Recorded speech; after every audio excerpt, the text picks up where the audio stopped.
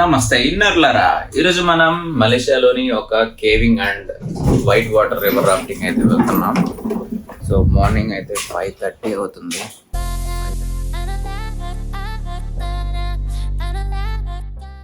Kuala Lumpur నుండి 182 kilometres దూరంలో ఉంది ఈ గోపెంగ్ వైట్ వాటర్ రాఫ్టింగ్.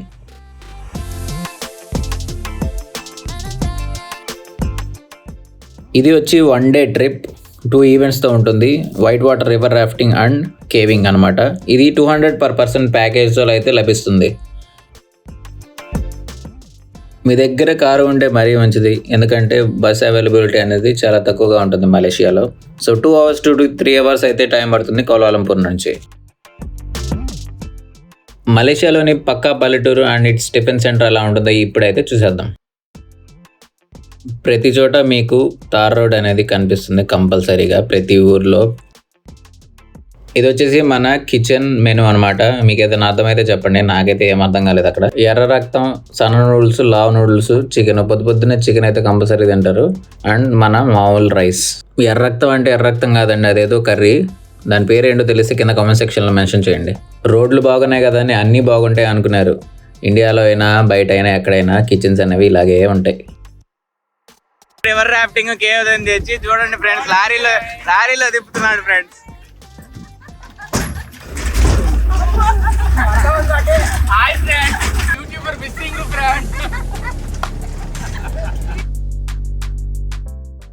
ఇవన్నీ పల్లెటూరు ఇల్లులు అండి.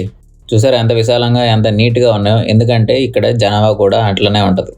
మన ఆంధ్రాలో 9 కోట్ల మంది జనాభా ఉంటే ఇక్కడ మలేషియా మొత్తం ఓన్లీ 3 కోట్ల జనాభా మాత్రమే ఉంది.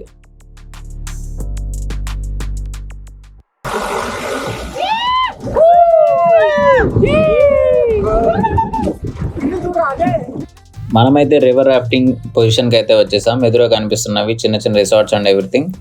రాఫ్టింగ్ ట్యూబ్లో నుంచి అయితే మనోడైతే పడిపోయాడు. మనోడిని తాడు పెట్టి లాగి మరీ తీసుకొస్తున్నారు ఒడ్డుకి. అలా ఉంటుంది మరి ఎక్స్పీరియన్స్ అనేది. It's about fun and everything. ఇది ఒక చాలా ఫేమస్ రివర్ రాఫ్టింగ్ పాయింట్. చూసారా ఎంతమంది ఉన్నారో. సో ఇవి విడివిడిగా మీరు ప్యాకేజెస్ అయితే ఉంటాయి డిఫరెంట్ టూర్స్ అండ్ ట్రావెల్స్ నుంచి. ఈరోజు మన tourist guide and river rafting guide everything మనోడే ఎక్స్ప్లెయిన్ చేస్తున్నాడు. ఎలా ఉండాలి, ఎలాంటి కమెంట్స్ ఇస్తే ఎలా చేయాలి అనేది.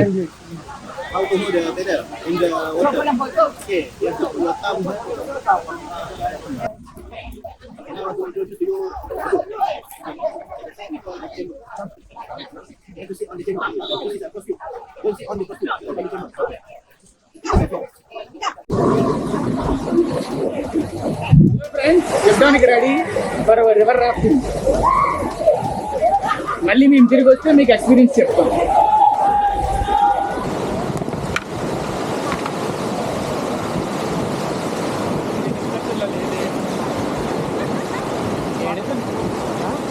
ఏంటిది కొంచెం స్టిక్ హైట్ పెట్టమ్మా.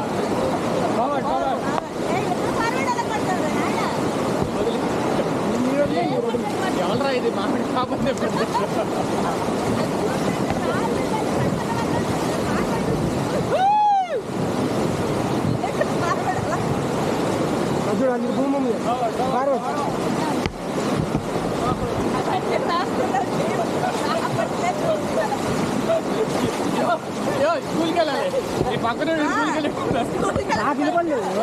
రాఫ్టింగ్ మధ్యలో ఒక ప్లెయిన్ ప్లేస్ అయితే ఉంటుంది, అంటే మోకాల్లోతే ఉంటుంది. మనకి అక్కడైతే స్టాప్ చేసి మన చేత స్విమ్మింగ్ అండ్ ఎవ్రీథింగ్ అయితే చేపిస్తారు. ఇంకా మన కోచ్ చేష్టలు మనకి తెలిసిందే కదా, ఏదో తుత్తర పని చేయిందే మనకి మనసు ఆగదనమాట. సో ఈ ప్యాకేజ్లో వచ్చేసి మనకి caving, lunch, water rafting and tea snacks కేవలం 200 రింగెట్ మాత్రమే. లంచ్ చేసుకున్న తర్వాత మనమైతే కేవింగ్ అయితే వెళ్తాం. ఆ వీడియో part 2లో ఉంటుంది, ఎంజాయ్ చేయండి.